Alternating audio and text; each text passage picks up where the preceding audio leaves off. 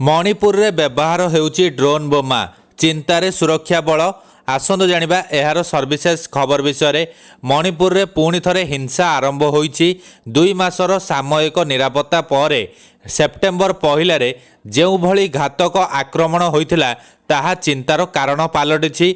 एही आक्रमण रे 2 जनकर मृत्यु घटिथिबा बेले 10 जन आहत होइछन्ति। एमानक मध्यरे 12 वर्षीय नाबालिका, 2 जन पुलिस कर्मी और जड़े गणमाध्यम कर्मचारी अछंती। सबुठारु आश्चर्यजनक कथा हेउची सेप्टेम्बर 1 रे होइतिबा एही आक्रमण रे ड्रोन रो व्यवहार करी बोमा पका जाइथिला। मेईतेई और कुकी संप्रदाय मध्यरे चालिथिबा हिंसा रे प्रथम थर पई ड्रोन व्यवहार करा जाइछि।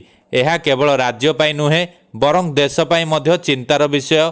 भारतर मणिपुर रे एहार व्यवहार उद्वेगजनक भावे वृद्धि पाइबार संकेत देउछि।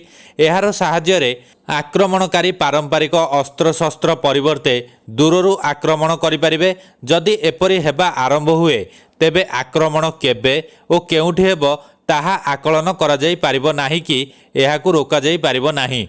आक्रमण रे ड्रोन व्यवहार टार्गेट किलिंग को बढ़ाई पारे एवं जे कोनोसी अंचल अस्थिर होई पारे। एही आक्रमण बड़ धरणर हिंसा सृष्टि करि पारे बोली आशंका करा जाउछि।